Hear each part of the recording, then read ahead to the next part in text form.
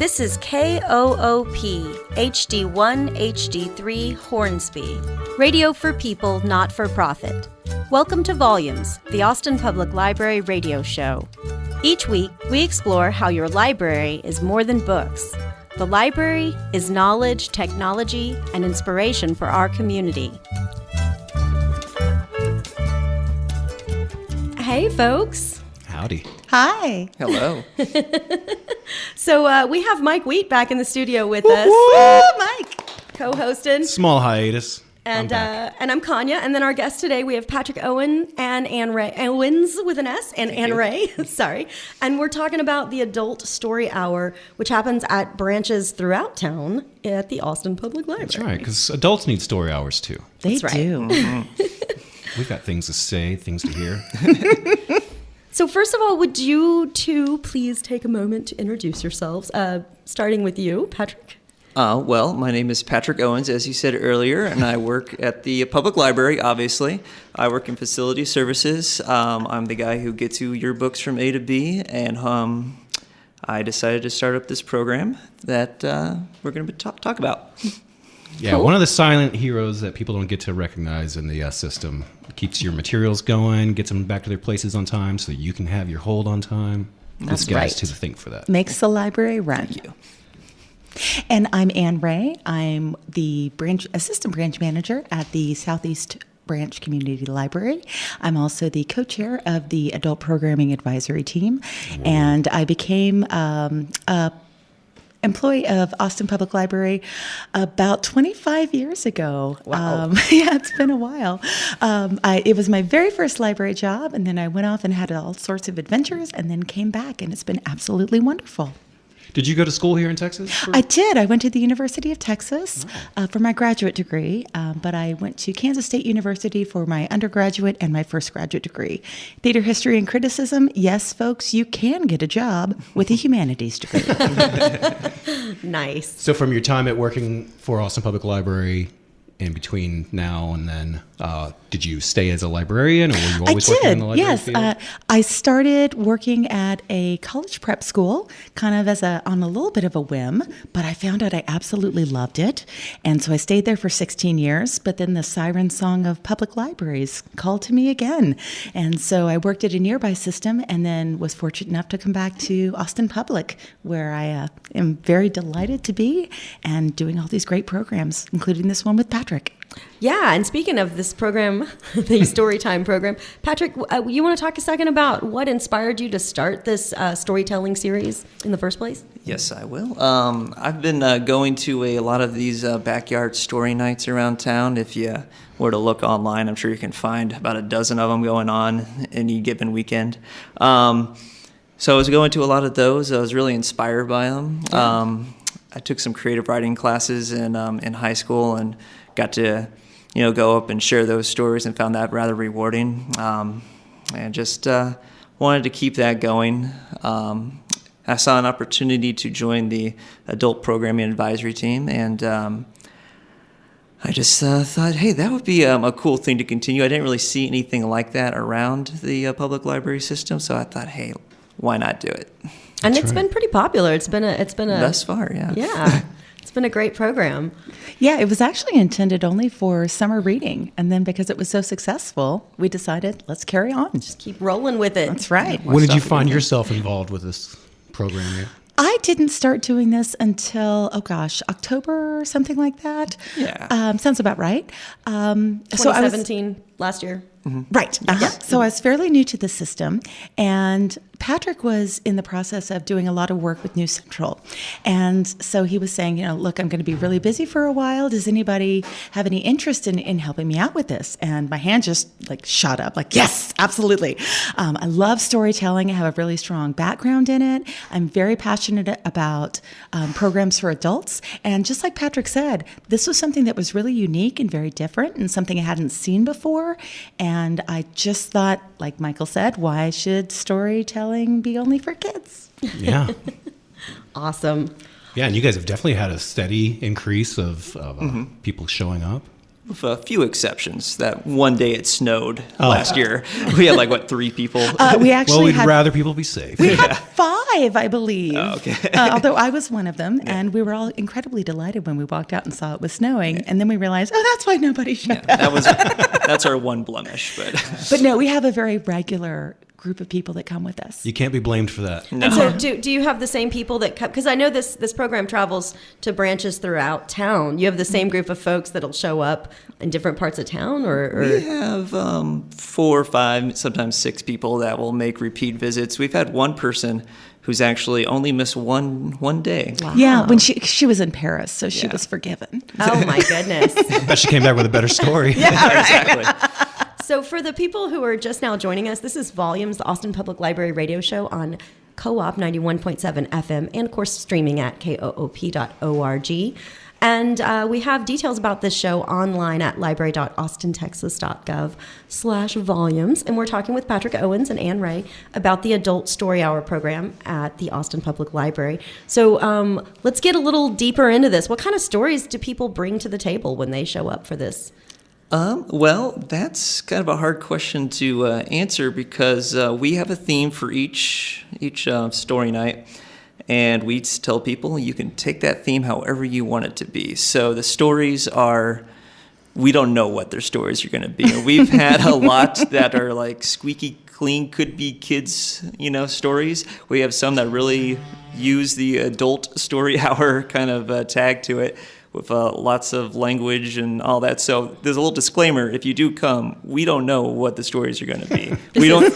Adult. And a reminder, adult doesn't always mean X-rated. Yeah. Exactly. It just means 18 plus. Yeah. They're not screened. We don't know what kind of stories we're going to hear. And I was going to ask you if you guys screen them beforehand. So no, not at all. We don't. We want to be surprised just like everybody else. Absolutely. But they've all been good. There hasn't been a single bad one yet.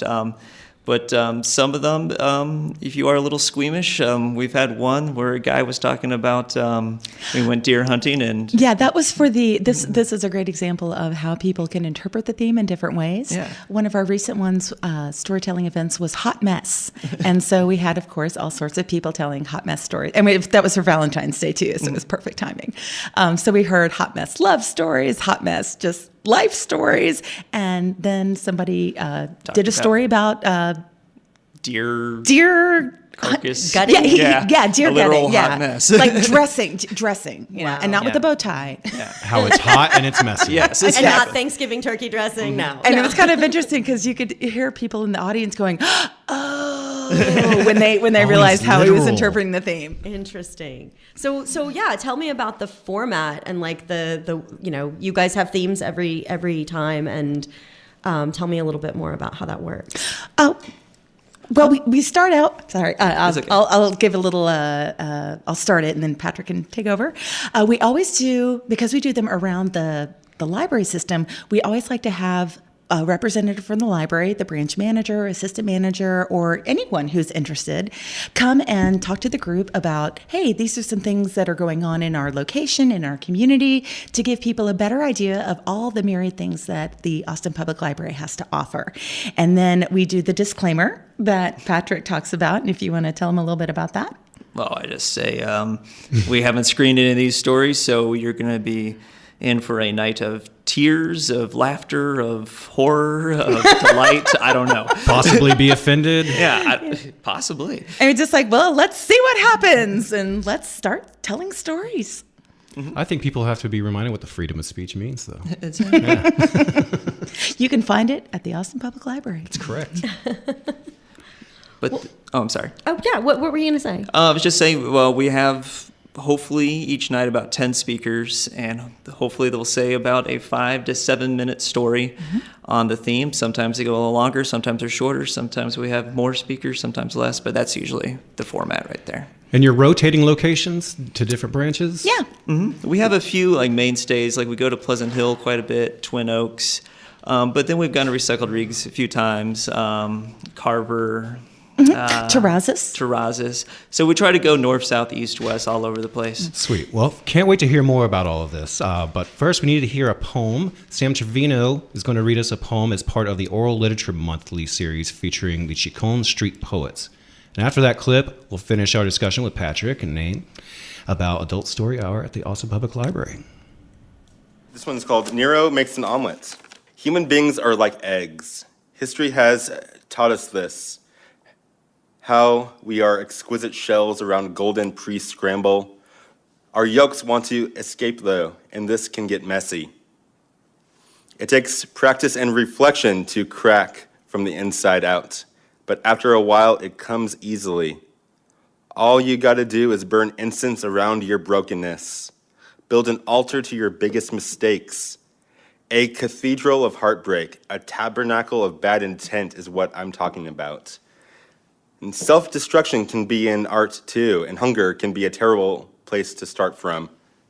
So stand a while and appreciate the world collapsing in on itself. This is falling with intent. This is Nero scratching his fiddle while Rome burns. And maybe it wasn't celebration, but admiration. This is the light that wants to break us open. My name is Blair Parsons, and I'm a librarian at the Central Library. Each week I highlight a selection of programs for adults that are happening around the Austin Public Library.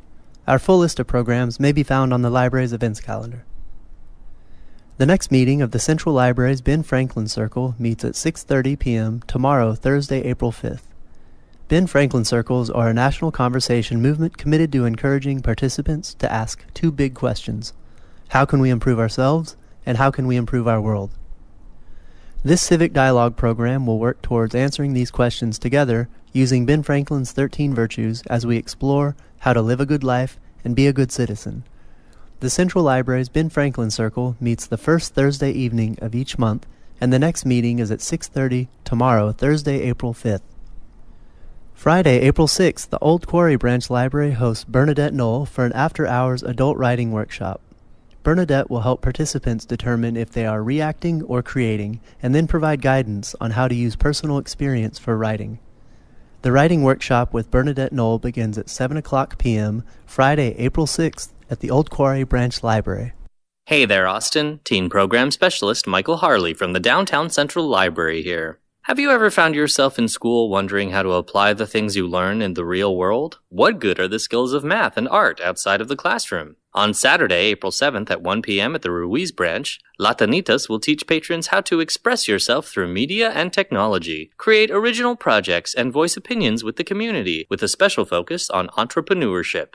More details on the Express Yourself workshop series and additional programs can be found at library.austintexas.gov/events. This is Monica Lozano, Youth Services Librarian at the Ruiz branch. This week, I get to highlight some of our children's programming. Art Smart is one of our programs where you're able to explore different ethnic arts, art media, techniques at this weekly family art experience for all ages and generations. This week, Art Smart is celebrating Asian dragons. Do you enjoy a good dragon story? Come and enjoy different forms of storytelling using shadow puppetry, flannel, Japanese kamishiba, and dance. Dragon arts and crafts will follow the program. Please note the following dates. Wednesday, April 4th, 10:15 a.m. at the Housen branch. 4:30 at the Willie Mae Kirk branch. Friday, April 6th at 3:30 at the University Hills branch. Wednesday, April 11th at 10:15 at the Dove Springs Recreational Center. For more information, please go to library.austintexas.gov. You're listening to Volumes, the Austin Public Library radio show on Co-op 91.7 FM and KOOP.org. Radio for people, not for profit. Before the announcements, we listened to audio clip from Sam Trevino. Sam Trevino. Rick Trevino, an old local Texas country singer. Pulled him out of my head. And the oral literature poetry program again takes place at the Terrazas branch on the last Wednesday of every month at 7:30 p.m. And actually, next week, we're going to hear a whole episode that is all the oral literature poets reading their work. So it'll be fantastic. a whole 30-minute episode dedicated to poetry. Because So it's if you're into National poetry. Poetry Month, guys. Exactly. Right. You're going to love that. But we're going to get right back into this conversation about Adult Story Hour with Anne and Patrick. So how do you guys come up with these themes? Well, I wish I could give you a real elaborate answer, but there's really not one. We've got a 12-sided die. If I had one, I would. 20-sided, please. We're professionals. Please. But yeah, we just kind of just throw them out there and let the storytellers kind of make them special instead of us making them special. But we've had quite a few good ones. We've had Close Call, Hot Mess, New Beginnings, and then some more that were more personal, like family and truth, survival. Yeah. And Patrick's being far too modest. He is absolutely brilliant about picking great ideas. And so I basically just piggyback off of his wonderful ideas. Nice. And so we work in tandem, but he comes up with a tremendous amount of really good ones. And then since I was a former reference librarian, I go scouring around and searching for different prompts for either writing or storytelling and bring those to Patrick, and we talk about which ones we think might be the most successful. And we also talk to our attendees if there's anything that they might like to see. We'll add that. And so, yeah, it's really a communal process. I'd like to see what happens if you just did a random drawing of words. I'm just up for paired it. them together and see what people come up with. Two things that have nothing to Impromptu do with storytelling. each other. Yeah, maybe one of those out of a month or something could be impromptu storytelling. Okay. Don't write anything, show up. We'll sign you up for the first one. I'll be happy to do it. Well, in high school, I remember I would write a poem and then cut it up and then pull it out of a hat and put it back together in a weird order. And sometimes you get something good out of it, and sometimes you get just word soup. I was always pretty good at that game, Balderdash. So I'm not Do you have magnetic game. poetry? Yes. Yes, very That's exactly good, what I very kept good. picturing in my head. Exactly. Well, so for those folks just joining us, this is Volumes, the Austin Public Library radio show on Co-op 91.7 FM. And we're also streaming at koop.org. Details about this show and the podcast of this show and all sorts of cool stuff is online at library.austintexas.gov/volumes. And we're talking with Patrick Owens and Ann Ray about Adult Story Hour. Can you guys tell me how the program has been evolving? Because, I know, from the moment you started, it might have been like you thought it was going to be one thing, but now I'm sure after, it's been over a year, almost, yeah. Not quite. Not In quite June a year, it will almost be. a year. Well, I could tell you they're going to start doing improv nights. Yeah, absolutely. Coming up next is Shadow Puppets as well. Well, Patrick started it as a summer program, so I'll let him start with that. Yeah, we just started it as a little 4-week little program that we started last June. We did it once a week for 4 weeks. The first outing, I believe we had 8 people, and that was over at Spicewood Springs, and we had 5 storytellers, including myself, and that was really just to make sure we actually got an hour out of it. And then the next week, I believe, it was around 15 or so people showed up, and a few repeat people that were coming back for it. And then I think the biggest we've had so far has been 30.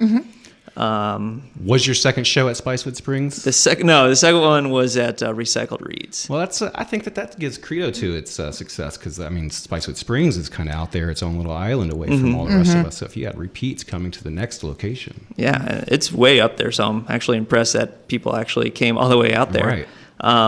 But yeah, we've been kept the rotating theme going where we've gone to several different branches, and we just want more people to have the convenience of going to a local library and sharing a story or just hearing some great stories. We've had a few people that don't even tell stories. They just like to come and hear them. Just stare at the audience.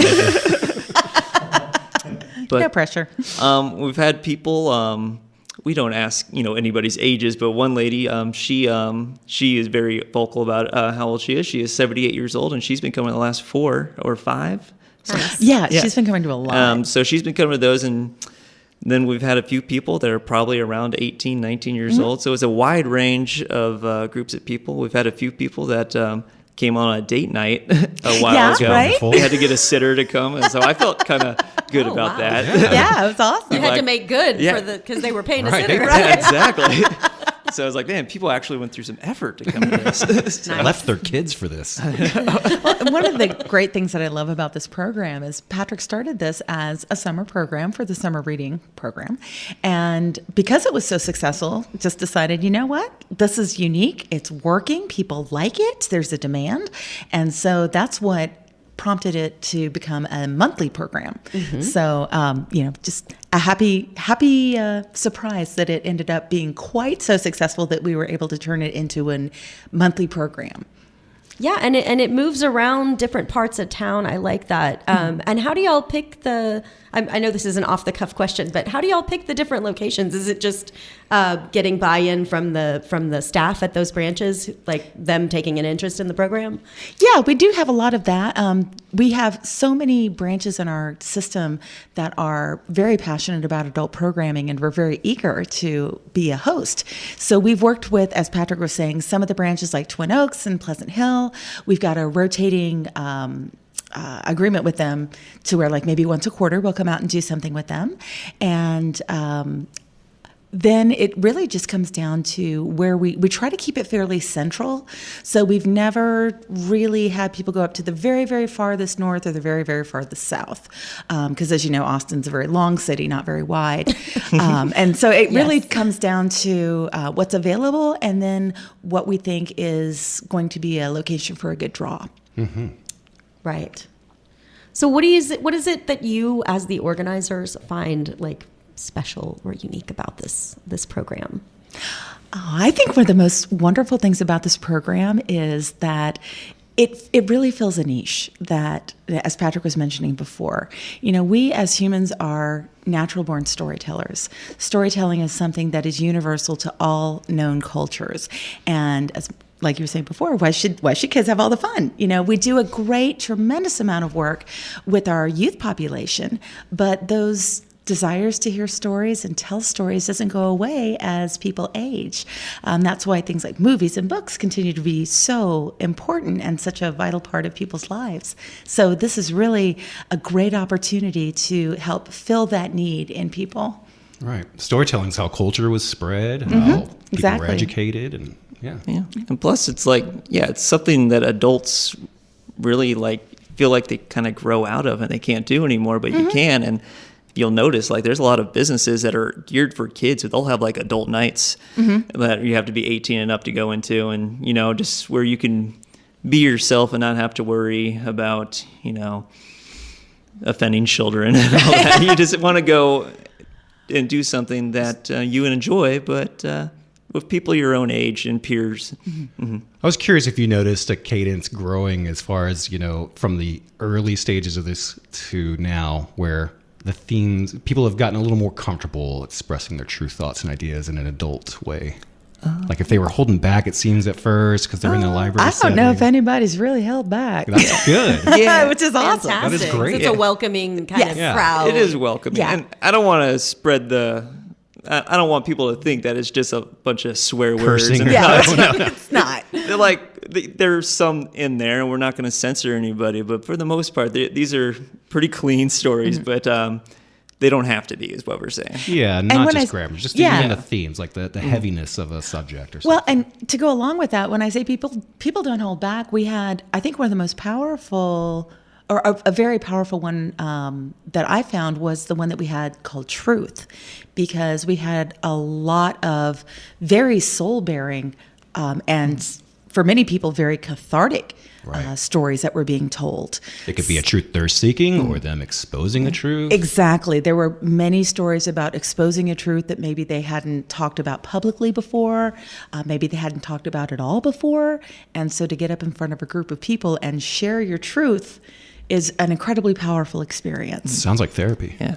I was expecting, and it's free. Yeah, I was expecting that one to be a little more lighthearted, and that one ended up being a little bit more deep. And for one, growing up, I thought that one would be a little bit more somber, but that one was hilarious. So there's moments you catch yourself, though, where you're like, dang, they got in my feels on that. Oh, there was one that I was just in the back, just crying the whole time. And I was like, I give up. I'm not going to try to stop crying anymore because I just could not. I couldn't pull myself together during this woman's amazingly powerful story. And I went up to her afterwards. If they're sharing something so brave about themselves. Exactly. And she was going through quite a lot. And several people came up to her afterwards and said, thank you so much for sharing what you did. And she said it was an incredibly cathartic experience for her. And the feels. Yeah, We and all all have those the little feels. silent things that are happening in the process of telling your stories. You're growing into this community you don't even you never knew, but you're steadily getting more and more comfortable. The more you reveal about yourself, they're getting more comfortable with you.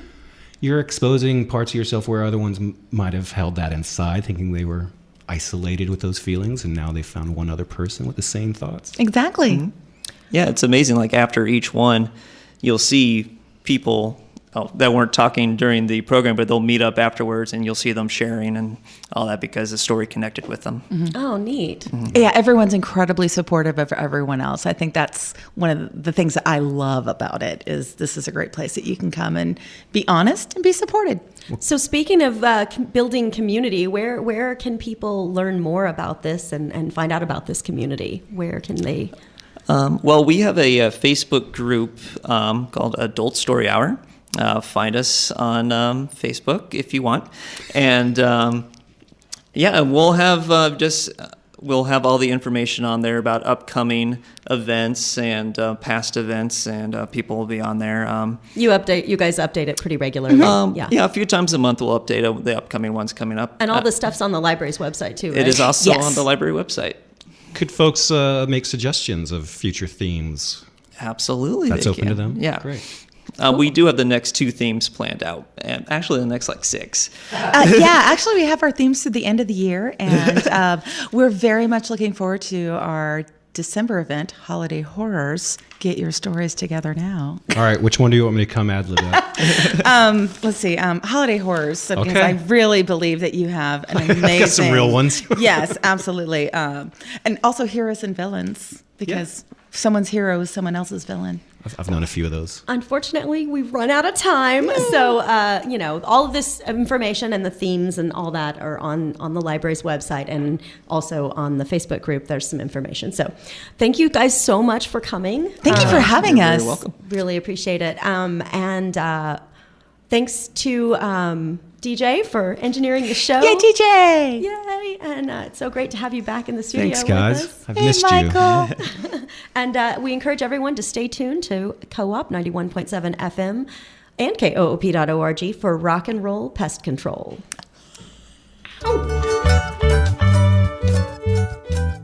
Thanks for listening to Volumes, the Austin Public Library radio show. Special thanks to our producer, DJ Harris, and to the musicians who composed and performed our original theme song, Andrew Noble on violin, Kirk Duvall on guitar, and Mike Wheat on percussion.